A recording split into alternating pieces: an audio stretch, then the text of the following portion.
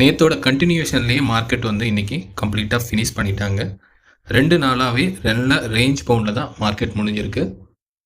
நேத்தோட செல்லரோட higher ரெண்டையும் connect பண்ணனா இன்னைக்கு ஃபர்ஸ்ட் கேண்டிலே அங்கேருந்து வந்தது. லாஸ்ட்டாக எங்கேருந்து பூம் ஆச்சோ நமக்கு ப்ரைஸு அந்த லெவலில் தான் இன்றைக்கி சப்போர்ட் எடுத்தது. இங்கே தான் நம்ம ட்ரேட் எடுத்திருந்தோம். ரீச் ஆன இடம் பார்த்தீங்கன்னா நான் அதே ட்ரெண்ட் லைனில் தான்.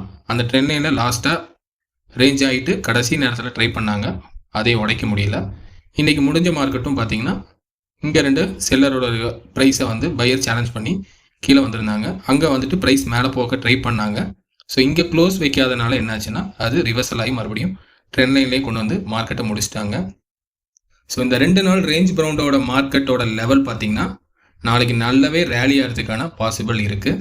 ஸோ நாளைக்கு ட்ரேட் பண்ணும்போது கொஞ்சம் பார்த்து ட்ரேட் பண்ணுங்கள். மார்க்கெட் ஒன்று மேலே நல்லாவே ரேலி ஆகலாம், இல்லைனா கீழே நல்லாவே ரேலி ஆகிறதுக்கு பாசிபிள் இருக்குது.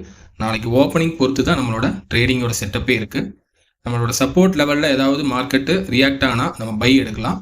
இல்லை மேலே ஏதாவது பிளாஸ்ட் ஆகி மேலேயும் போயிட்டாங்க அப்படின்னா அடுத்தடுத்த ஆல் டைம் ஹையர் தான் போகிறதுக்கான பாசிபிள் இருக்குது.